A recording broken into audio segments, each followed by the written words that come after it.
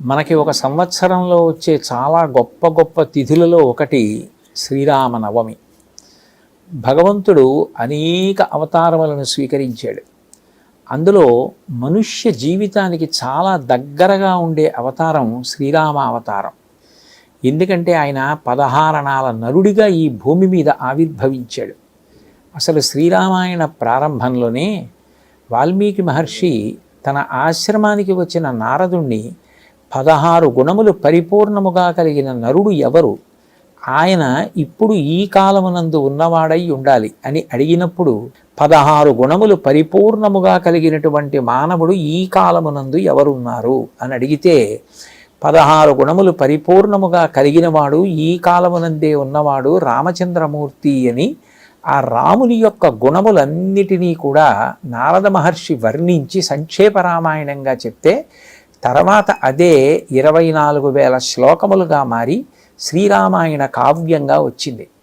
ఒక మనిషి ఎలా ప్రవర్తించాలో తాను ప్రవర్తించి ఆచరించి చూపించినవాడు రామచంద్రమూర్తి.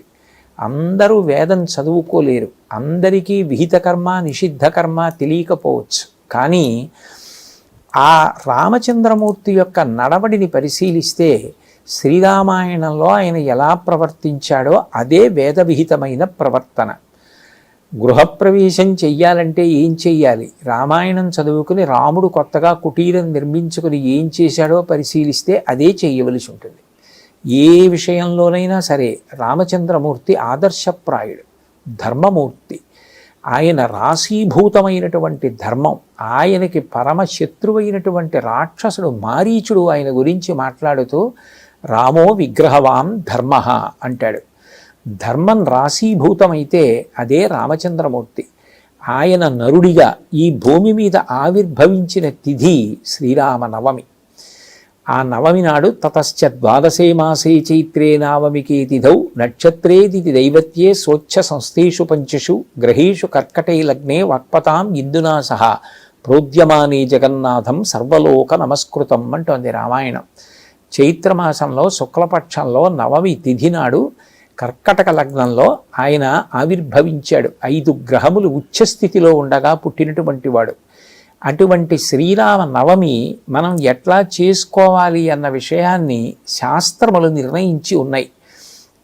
అందరూ కూడా ప్రాతకాలమున నిద్రలేచి రామచంద్రమూర్తి యందు మనసు పెట్టి చేయవలసినటువంటి నిత్యకర్మ పూర్తి చేసుకొని అందరూ కూడా సాధ్యమైనంత వరకు ఏదైనా ఒక పవిత్రమైనటువంటి ప్రాంగణానికి చేరుకుని, అంటే ఒక దేవాలయ ప్రాంగణానికో ఒక గోశాల ప్రాంగణానికో ఒక భజన మందిరానికో చేరుకొని శ్రీరామ జయ రామ జయ జయ రామ, దీన్ని త్రయోదశాక్షరి మహామంత్రం అంటారు. సమర్థ రామదాసు గారు సాక్షాత్ హనుమ యొక్క అవతారం. ఆయన ఇచ్చినటువంటి పరమాద్భుతమైనటువంటి మంత్రం శ్రీరామ జయ రామ జయ జయ రామ. దీన్ని కొంతసేపు అందరూ కూడా చెప్పవలసి ఉంటుంది. ఈ శ్రీరామ జయ రామ జయ జయ రామ అన్నది పూర్తి అయిపోయిన తర్వాత ఆ రోజు ఉపవసిస్తారు. ఉపవాసము అంటే పూర్తిగా ఆహారం మానేయమని కాదు. ఎంత ఆహారమును తీసుకుంటే నిద్రకు వశపడిపోకుండా సత్వగుణంతో రజోగుణానికి తమో గుణానికి దూరంగా ఉంటూ తాను భక్తితో భగవంతుని యందు మనసు పెట్టగలిగినటువంటి స్థితిని పొందుతాడో అంత సరిపోయినంత ఆహారాన్ని మాత్రమే శరీరానికి ఇచ్చి నిలబెట్టుకుని సత్వగుణంతో భగవంతుని కార్యమునందు ప్రవర్తించడానికి దగ్గరగా ఈశ్వరుని యందు ఉండడానికి ఉపవాసమని పేరు. కాబట్టి అటువంటి ఉపవాసాన్ని నిర్వర్తిస్తారు. అంటే భగవంతుని యందే మనసు పెట్టి ఉంటారు. ప్రత్యేకించి ఆంధ్రదేశంలో సీతారామ కళ్యాణం అనేటటువంటిది అత్యంత ప్రఖ్యాతి వహించింది. మనం భగవంతుణ్ణి ఉపాసన చేస్తే శక్తి సహితుడిగా ఉపాసన చేస్తాం. పార్వతీ పరమేశ్వరాభ్యాం నమః, అరుంధతీ వశిష్టాభ్యాం నమః, వాణీ హిరణ్యగర్భాభ్యాం నమః, లక్ష్మీనారాయణాభ్యాం నమః అని. అందులో రామావతారాన్ని పరిశీలిస్తే పక్కన సీతమ్మ ఉన్న రాముడు దయాళు. పక్కన సీతమ్మ ఉంటే అంత పెద్ద అపచారం చేసినటువంటి కాకాసురుణ్ణి కూడా క్షమించాడు. అదే పక్కన సీతమ్మ లేకపోతే రావణ వధ చేశాడు. అందుకే పక్కన సీతమ్మ ఉన్నటువంటి రామచంద్రమూర్తి యొక్క దయ మరింత పూర్ణంగా ఉంటుందని, విశేషించి సీతమ్మ పక్కన ఉన్న కారణం చేతనే సాక్షాత్ శ్రీరమ సీతగాగా అన్నట్టుగా ఆమె సాక్షాత్ లక్ష్మీదేవి సీతమ్మగా వచ్చి రామచంద్రమూర్తిని పరిణయం చేసుకుంది కాబట్టే, సీతారామ కళ్యాణం జరిగింది కాబట్టే రామావతార ప్రయోజనం పూర్తయింది. నిజానికి రామావతార ప్రయోజనం పూర్తి కావాలి అంటే రావణ వధ జరగాలి. రావణ వధ జరగాలి అంటే ధర్మమూర్తి అయిన రాముడు కారణం లేకుండా రావణాసురుణ్ణి చంపడం, దానికి తగిన కారణం ఉండాలి. సీతాపహరణం జరగాలి. అటువంటి సీతాపహరణం జరిగి అంతటి మహాపతివ్రతయ్యి ఆమె యొక్క కన్నీటి బొట్లు లంకాపట్టణంలో పడ్డాయి కాబట్టి, ఆమెతో మాట్లాడకూడని మాటలు మాట్లాడాడు కాబట్టి ఆయన హతుడు కావడానికి కావలసినంత పాపాన్ని మూట కట్టుకున్నాడు.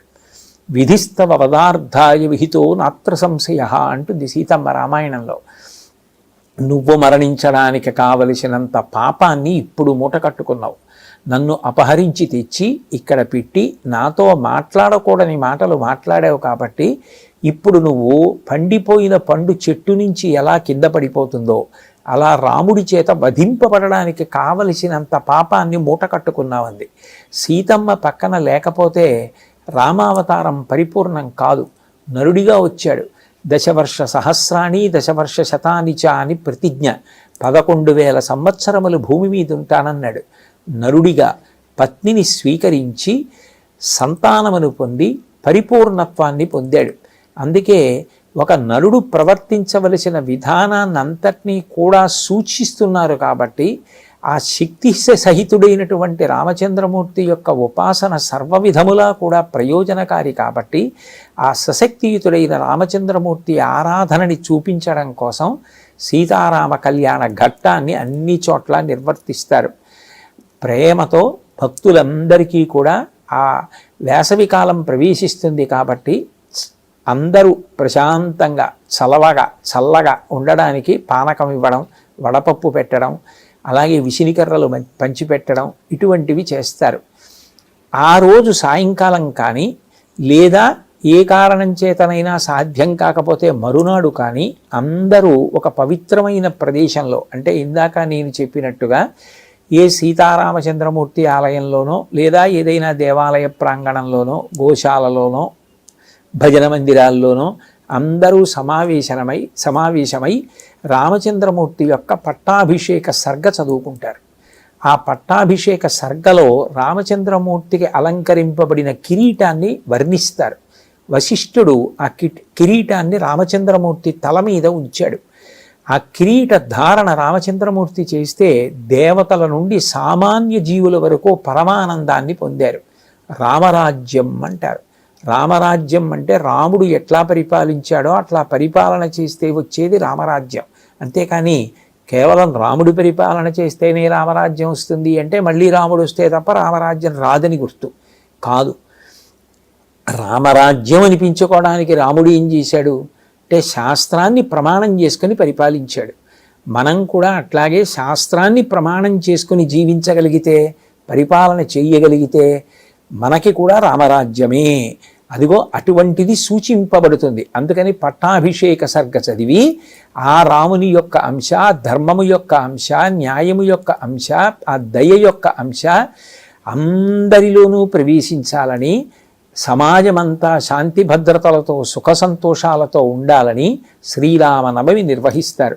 కాబట్టి ఈ భక్తితో శ్రీరామనవమిని నిర్వర్తించి ధర్మాన్ని పట్టుకున్న రామచంద్రమూర్తి ఎంత గొప్పవాడయ్యాడో, గచ్చలోకానునుత్తమాన్ అని జటాయువుని కోరుకున్న ఉత్తమ లోకాలకి పంపగలిగాడు.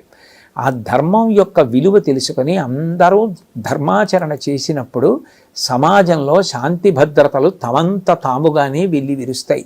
ఎక్కడ శాంతి భద్రతలు ఉన్నాయో అక్కడ సుఖ సంతోషాలు ఉంటాయి. అటువంటి రోజులు రావడానికి, అందరూ సంతోషంగా ఉండడానికి, ఎవరికీ ఏ ఇబ్బంది లేకుండా ప్రశాంతమైనటువంటి జీవితాన్ని గడపడానికి ఈ శ్రీరామ నవమి తిథిని అందరం భక్తి శ్రద్ధలతో నిర్వహించి సీతారామచంద్ర ప్రభువు యొక్క అనుగ్రహానికి పాత్రులమవుదాం.